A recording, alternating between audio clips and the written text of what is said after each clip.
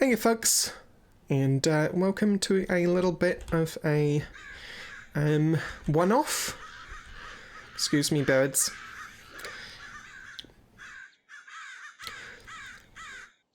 Excuse me, birds.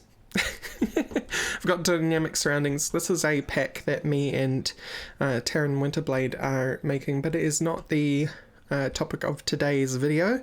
Topic of today's video is Gregtech. In this case, Gregtech Community Edition, but it kind of applies to all Gregtechs. Bit of a defense of Gregtech. Those that know me, I like to make fun of people who like Draconic Evolution, as a bit of like an elbow in the rib kind of, you enjoy what you enjoy kind of thing, but because genuinely I believe that about any Minecraft mod pack or anything. People enjoy what they enjoy, right? But I have found recently with the advent of things like Omnifactory and Inspirations. Is it called Inspirations? No, that's the name of a mod. It was an FTB pack. Everything took like 30 minutes to produce, but it had Gregtech in it. People have kind of come out of the woodwork saying, I don't really understand Gregtech. So I thought I'd do a video that kind of explained what a player that enjoys Gregtech gets out of Gregtech, right? This isn't necessarily to convince you to play Gregtech, but more to understand what it is that Gregtech is to the people who play it. Gregtech is about the microcrafting. People often say that Gregtech is grindy, and that is absolutely true. It is grindy. It's grindy in a way where if you were to do everything manually, it would absolutely be a grind and a bore. A grind to the point of, I think even the people who like Gregtech would hate Gregtech, but the purpose of Gregtech is really like more of you taking things in a Factorio direction and ending up with these large, complicated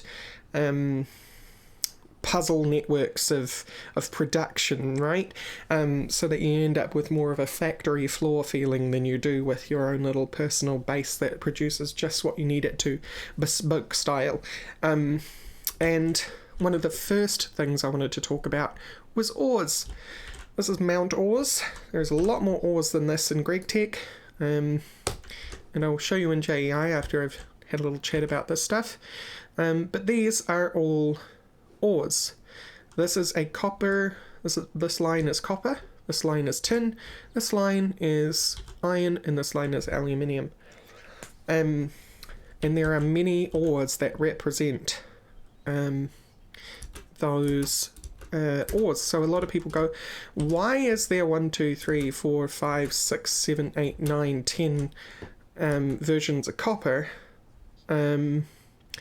When they all produce copper, what's the point, right? The point is not that they produce copper. This is all unscripted, by the way. So I'm doing this off the top of my head with a vague idea of where I'm going. It's that in the real world, there is no such thing as copper ore, or tin ore, or iron ore, or aluminium.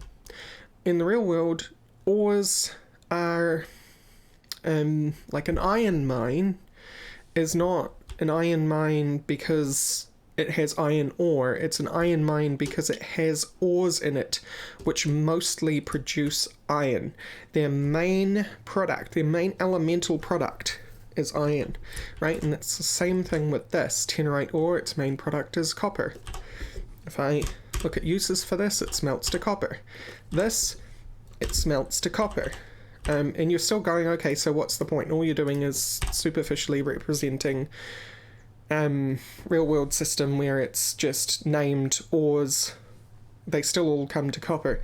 But it's actually because of the ancillary products that they exist in Gregtech, right? And even sometimes the ores that produce copper don't directly smelt to copper. This is tantanite dust, or tin and tenantite dust, which to get the product out of it, because tenantite is not useful on its own, you have to electrolyze it to pull the copper out of it, and then you get copper and arsenic and sulfur, which arsenic and sulfur have their own purposes, right? You get rid of tenantite and we look at enargite. With enargite dust, if we put that in an electrolyzer, we still get our metal product of copper, but we also find that it's actually a majority sulfur ore. So really, if you're after sulfur, you can use enargite as well, right? You don't have to... Enargite is not just a copper ore. Enargite is a sulfur ore if you want it to be.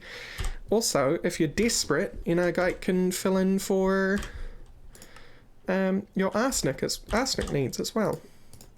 Same with all of these. If I take just anything, let's say boronite, bet you that has some boron in it. Pulverization, let's look at the crushed and pure. Boronite dust, electrolyze that. Has some iron and copper. Well, I was wrong, it doesn't have boron in it. Has sulfur, iron, and copper, so you can actually get a little bit of iron out of this particular copper, right? So you start to see what all these ores represent now. They're not necessarily just copper. They're not necessarily just what the furnace produces, because Gregtech in its kind of essence is about processes, right? The entire process of producing the end product. Let's get rid of that one. Let's look at vanadium magnetite, right? Vanadium magnetite. It's an iron ore because it's in the iron ore stack. You can think of it as an iron ore. I think of it as an iron ore, which is why I have put it in the iron ore stack. But you take your magnetite dust, you run it through an electrolyzer, and you get your iron dust. But also, you can put it through a where is it? We come back to the actual ore itself. Pulverization. Let's look at the crushed vanadium. Let's look at the impure, let's centrifuge it, and you get vanadium dust out of it, as well as vanadium magnetite. These are two different kinds of dust. That's just vanadium, and that's iron, oxygen, and vanadium. And if you look at this one, you can electrolyze it to get the magnetite and vanadium separately out of it. And if you electrolyze that again, you get oxygen and iron, right? So these are the things that you're getting out of vanadium. It's a very complex ore. It's not just iron. And also, every single one of these ores is represented by this band here. And this is in stone, in diorite. Is that diorite? Can't remember. Maybe that's diorite. I can't remember what these three stones are called. The three secondary stones: gravel, sand, red sand, black granite, red granite, marble, basalt. You can find it in the nether, you can find it in the end, and you can even find it in bedrock. So, like, you can, each of these are different representations, right? So what's the difference between this one and this one? Well, sand is a silicon compound, so is stone really, but sand is more readily broken down into sand. So you can see we're getting cobalt dust out of this, as well as ore washing some stone out of it. Some of these I'm not going to defend Gregtech because there's some mistakes in here, but most sand products are also meant to give you silicon or a silica thing, which this is not, because we'll find that this is probably giving me the same products. So I'm not going to defend Gregtech's mistakes. Gregtech does have mistakes, and it's generally due to the absolute quantity of them that people haven't, or the people behind it haven't, Greg in particular, hasn't been able to get the small details polished out entirely. But, right, so you can expect products to slightly change between each of these based on the stone that they're embedded in, right? It's also just nice aesthetically when you can find that ore is passing from stone to andesite and diorite and so on, and not just this big stone chunk of ore in the middle of anything. Because this brings me on to the other topic. Gregtech encourages exploration. How does it do that when everything takes place in your base? It does that through veins, which isn't very well represented by OmniFactory, because OmniFactory has turned up the veins to 11 and they're everywhere. But in normal Gregtech, let's put that in there and a couple of range upgrades. In normal Gregtech, the veins are quite far apart. And we just so happen to have a vein under here, which I think might be a copper or a majority copper vein. Again, I say majority copper vein because it's probably got mostly copper products, and it does. Copper ore, tetrahedrite. Stibnite is not a majority copper. It is antimony. Or antimony, depending on which part of the world you're from. And antimony is used for soldering alloy, I think. It's used for something. The processes are very complex that if I wanted to go through and find the various specifics of it,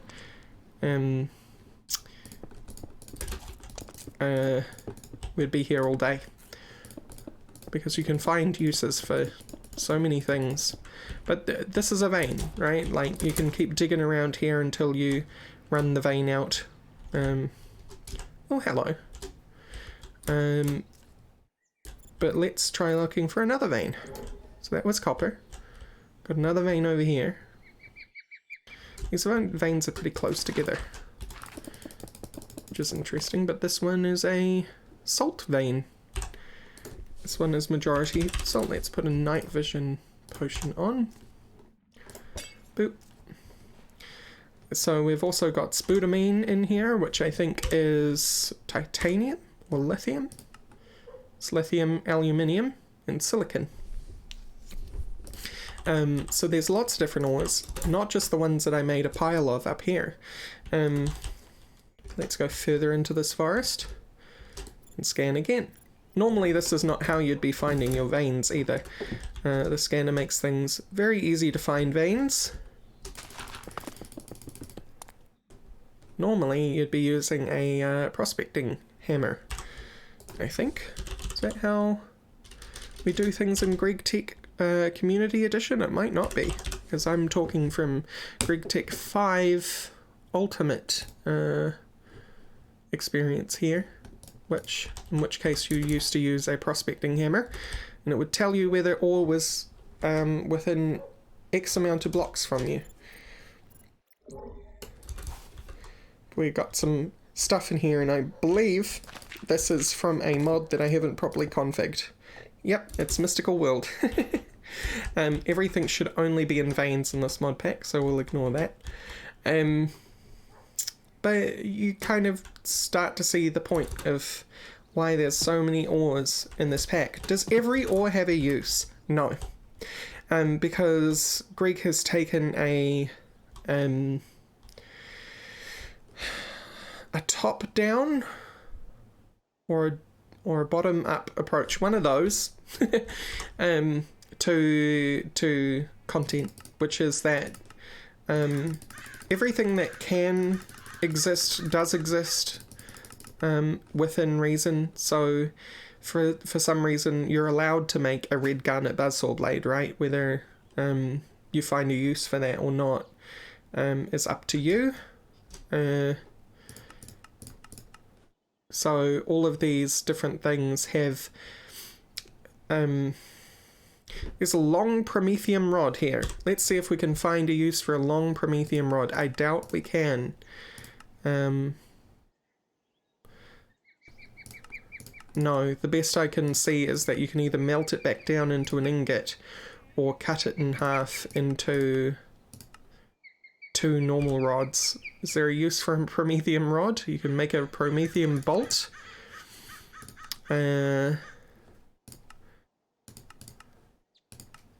or melt that down into nuggets? Is there a use for a promethium bolt? You can make a promethium screw. Is there a use for a promethium screw? No, there's not. So you can see those things exist just for the sake of existing in case somebody comes along, including Greg themselves, and wants a use for a promethium rod, right? So it ends up that there's a lot of redundant content in the mod, but that's kind of up to the pack maker or the person playing the mod to either ignore that or hide that from the user, right? Whereas if we looked at, say, an iron rod instead, we'd find that there's quite a few uses for these things. In this case, we've got some mod compatibility here where iron rods can be used in place of immersive engineering iron rods, but let's look at the cases for, you can use it to make iron bars, you can use it to make iron frames, you can use it in an electric motor. In terms of crafting recipes, can we find any actual Greg ones? Yes, we can find a basic polarizer, right? So there's plenty of uses for iron bolts and indeed iron screws, which allow you to make tools and so on and so forth. So it's all about what you're going to do with the content in Greg's, and I haven't even got on to the machines, right, which is where the heart and soul of Gregtech is. Another thing people get really confused with Gregtech is,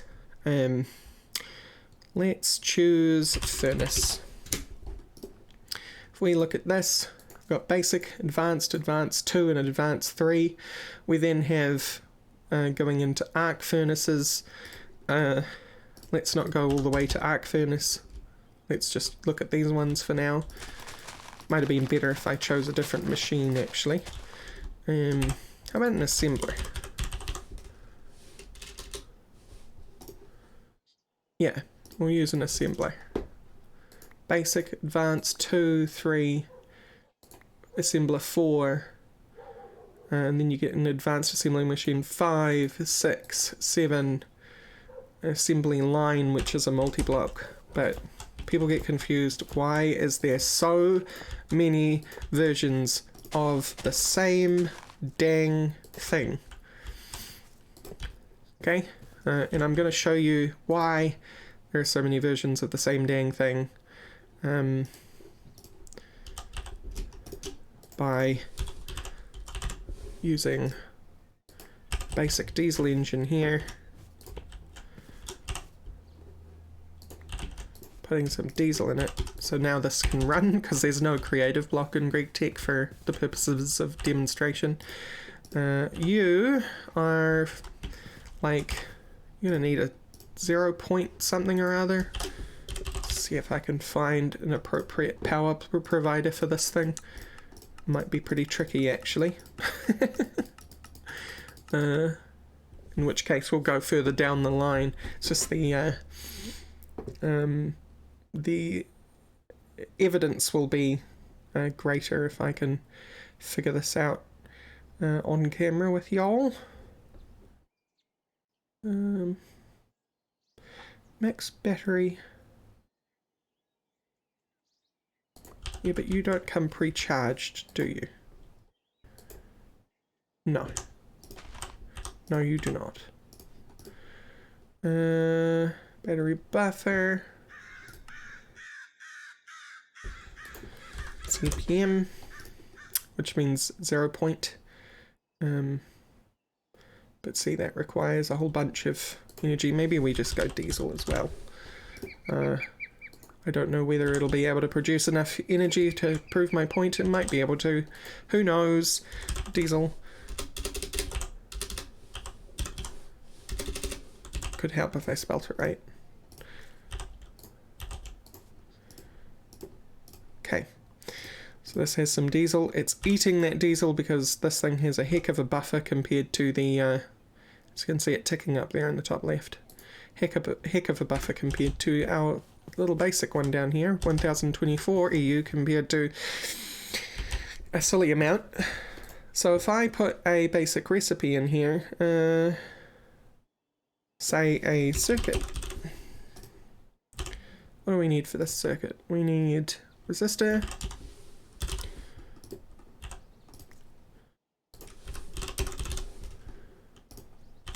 We need Fentech circuit board and fine copper wire. Let's do fine copper wire. Board.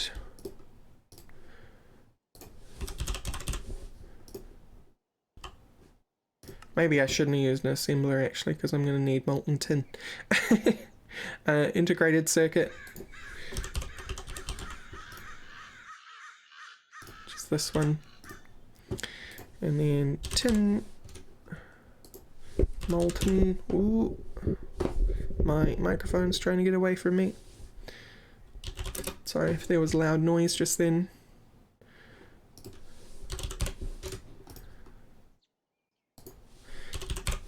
I just want some liquid tin, yo. Some tin this thing understands. Here we go, tin alloy. Wait. Is that going to be able to use tin alloy? No, it needs molten tin. Molten tin. Right. There we go, molten tin in this one. Molten tin in this one. I wonder if this will even be able to run, but we will see.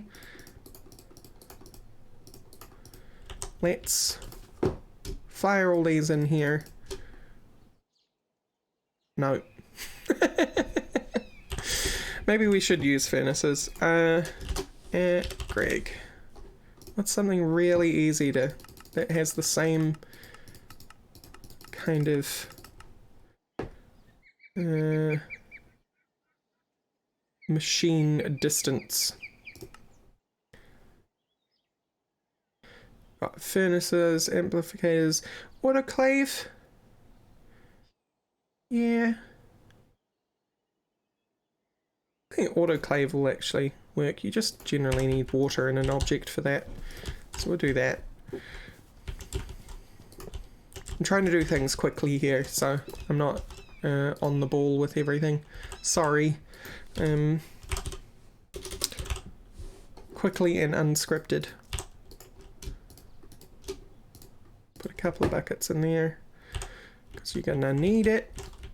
Okay, so this is the difference between a basic autoclave and an autoclave 4. Let's grab some water buckets. Put some water in here. Some water in here. I'm gonna say quartz. I'm gonna grab some quartzite dust. I'm gonna put 32 in here. Bam. And the dirt is gone. And we put 32 in here. And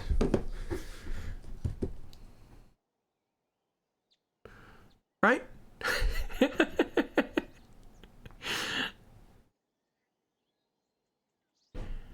Finally my point is made, I think. This mod doesn't do speed upgrades like IC2 or thermal or whatever does. It instead encourages you to keep teching up.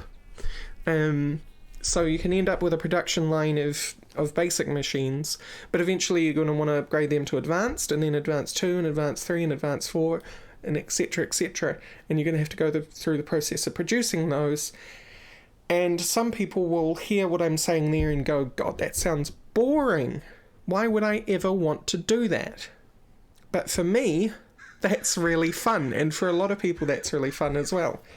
Because you can end up with situations where your production line is half upgraded. But as you can see, the energy demands of something like this is much higher.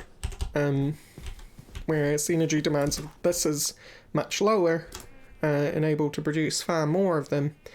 But the problem, of course, is that it's so slow. In fact, it only produced one of those plus 11% in the time that I've been spieling about the production line.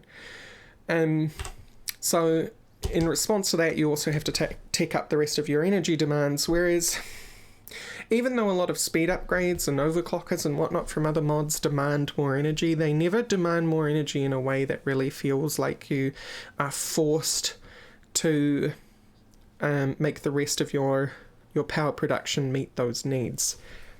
Also, power production, right?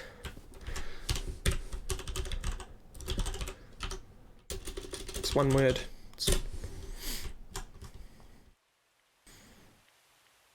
Any second now. Any second now. Maybe not with Gregtech Community Edition, in which case I've made a fool of myself. Toggle fall. Toggle down fall.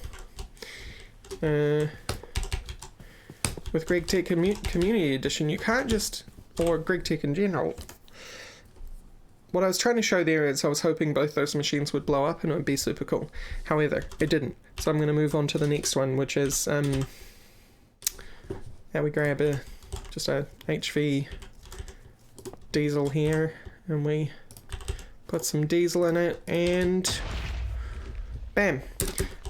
Just like IC2, Gregtech cannot have voltages mix. So a low voltage machine like a basic version cannot provide power to something which is more basic than itself, or cannot be provided power from something which is greater than itself. Whereas this was fine receiving HV power because it is a greater voltage in general. And another thing, things get infinitely complex, right? Something Dyer does in Omnifactory, because I guess maybe he's a bit scared to explore, but he uses only 4 times wire with insulation. Here is a little thing about that, right? You don't need insulation, and they don't all have to be the same size. This can produce 128 volts, so it's an MV wire, and it has an amperage of 1 and a loss per block of 2. And this has an amperage of 16 and a loss per block of 3. Amperage is what makes the machines explode. So if I went and got a, I don't know, another diesel. Let's get another diesel. Let's not use a high voltage one, because this is a medium voltage line. And then let's get a furnace, advanced furnace, and it's connected. And let's get some more diesel. Let's fill you up. You'll see that this has all the energy it needs. And while we've got a 16 times annealed copper wire over here that's uninsulated, it's a 1 times annealed copper wire down here. This 1 times annealed copper wire may struggle to have the throughput necessary to do like 4 of these. As you can see, it's struggling a bit on that last one. So let's give it something to do, shall we? Or... because what changes with the size of a wire is the throughput. As you can see, these ones are struggling to keep up, but this one is fine. And that's because of the throughput of the wire. If I instead, because this thing's buffer is full, right? If we instead had, let's do 4 times, because we've got 4 machines, which has an amperage of 3. What? No, that was wrong. Has an amperage of 4. You'll see that now we've got the same problem, except the energy needs of a couple of these are... oh, here we go. Some of them are being met, some of them aren't. It's doing better than 1 times wire though, that's for certain. These back 2 are still struggling. But this has still got its buffer full. So it needs to be able to output even more energy. So let's go to a 16 times, which is the size of a full block. Is your buffer empty yet? No. Anyway, I think I'm making my point. You can mix and match your voltages, your amperages, and everything on a line. And they don't necessarily have to be insulated. Insulated stuff is just to prevent loss. So if we looked at like annealed copper, the loss per block on this is 3 EU, whereas the loss on this one is 1. And that's because it's insulated. The other difference, of course, is that if I walk on this insulated one, I wouldn't get a shock, but I would get a shock from this one if I was in survival. Let's give this power somewhere to go. How are you doing anyway? Still got enough.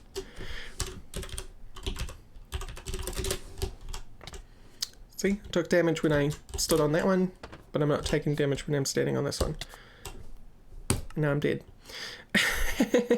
Now I'm back over by Ore Mountain.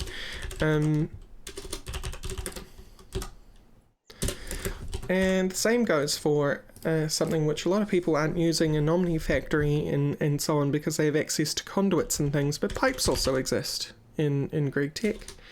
In very different shades. We've got bronze, copper, polyethylene, polytetrafluoride, ethylene, stainless steel, steel, titanium, tungsteel, ultimate, wood, right?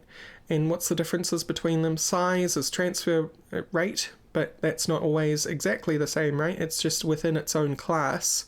So all the wood ones, the bigger one obviously has a greater throughput.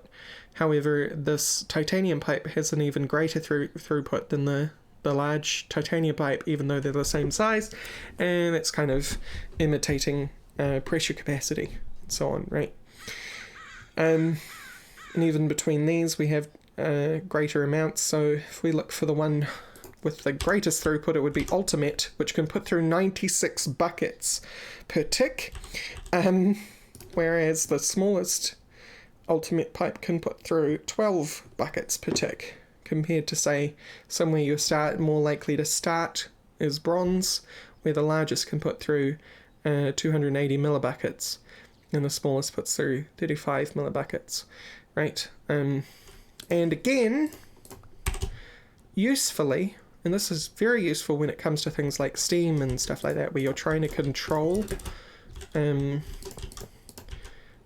rate at which different things receive different amounts of stuff, because sometimes you don't want you want the largest amount of steam going somewhere versus somewhere else, but your input started over here, right?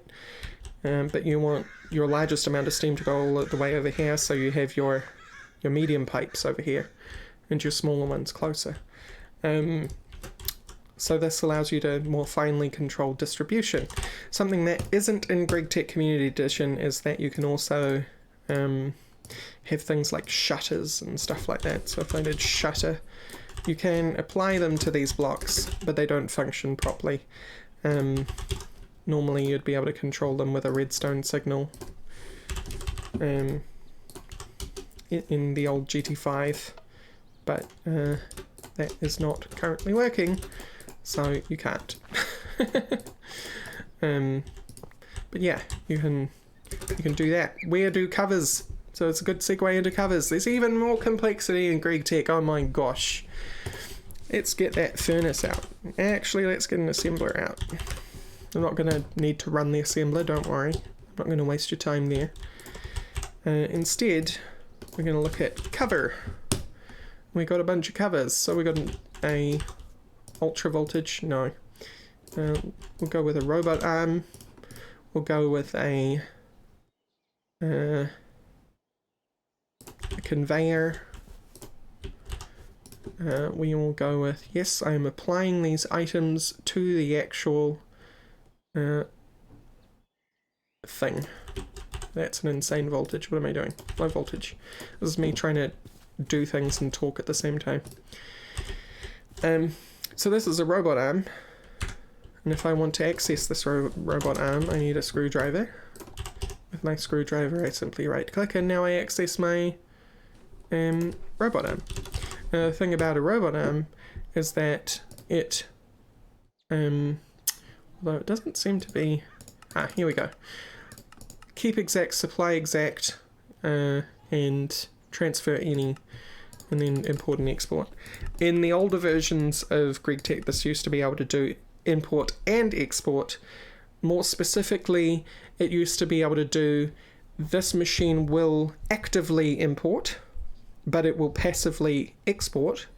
That being, something can take something from that same side while it's actively importing, and also the reverse. So it will actively export while something can also import from the same side. In Gregtech Community Edition, for whatever reason, the person behind GTCE has decided they don't want that anymore. I have not been allowed to question that. So I've kind of left it alone. But you can also have an item filter. Something else robot arms used to be able to do, which I don't know whether this is just because we're using a low voltage one or not, is they used to be able to take from an exact slot, which, unlike the conveyor, which in this case it seems like the community editions one is about having certain amounts kept, supplied and transferred, whereas the conveyor just is doing things at all time and is a more simple version of a robot arm. And then there's the pump, which is like the conveyor except for fluids, and can also have a fluid filter. So you can do that sort of thing, and what that allows you to do, of course, is it allows you to have a furnace and set it right next to that, and then the robot arm and the furnace will interact. So I don't know whether all this rambling has helped you understand Gregtech or not, but it really is about processing. It's not so much about the end goal as like, I'm playing this mod so that I can get the fusion reactor, which is the end game of this mod. And it's more about having a complex machine. If you imagine your base as a machine, it's about having a complex machine and having that complex machine do all the automation and so on that you want it to. And I can really, if you like microcrafting and you like complex base designs and you like seeing a complete production chain at work, that's particularly, I don't know, interesting, I guess, to a lot of people who like automation. I think that's why we're seeing Direwolf get more and more interested in the Omni Factory series as it goes on, although I wonder if his short attention span will ever get him to play Gregtech proper. It's for you. If none of that sounds appealing in any way, stay all the way away from Gregtech, right? Just the same way as I stay all the way away from Draconic because the simplicity of Draconic doesn't really push my buttons. You should stay well away from Gregtech if that complexity is not for you. But it is for me. I enjoy hunting down specific ores because I want the secondary results from those ores. I enjoy creating full production lines which go from grinding to compressing to washing to purifying to whatever. It's why I like Mechanism, because Mechanism's 5 times ore processing it's less about getting the 5 times ore at the end and more about the whole process of putting things all through the different processes to get the end result, right? in an automated fashion, and having all the infrastructure necessary to accomplish those things.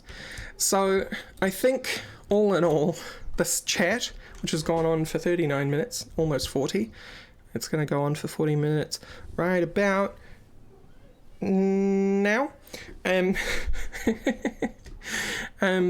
So I hope this chat has kind of settled a few of the questions that a lot of people have had around Gregtech in the last few weeks because of the interest in things like Omnifactory. And maybe I would go into more of the history around Gregtech, but I actually don't know a lot about the guy himself or the person who is in charge of Community Edition, or how they got the permission to do Gregtech in 1.12, because Greg himself has not actually has nothing to do with the Gregtech Community Edition. Yeah, so I mean, if any of that stuff interests you, leave a comment down below, and anything I haven't answered here, I'll be more than happy to try and answer in the comments. As for like why something is interesting, I'm fully interested in answering things in a conceptual manner as well. So if you're interested in the philosophical why of something, I'm happy to try and answer that as well. But yeah, thank you all for watching. Thanks for listening to me ramble about Gregtech and the merits of it. And I hope I have swayed some people to give it a go, or warned some people away from it who were thinking about giving it a go. I hope I have made things clearer. That's what I hope. I hope I have made things clearer. So thank you all for watching, and I will see you next time. Bye-bye.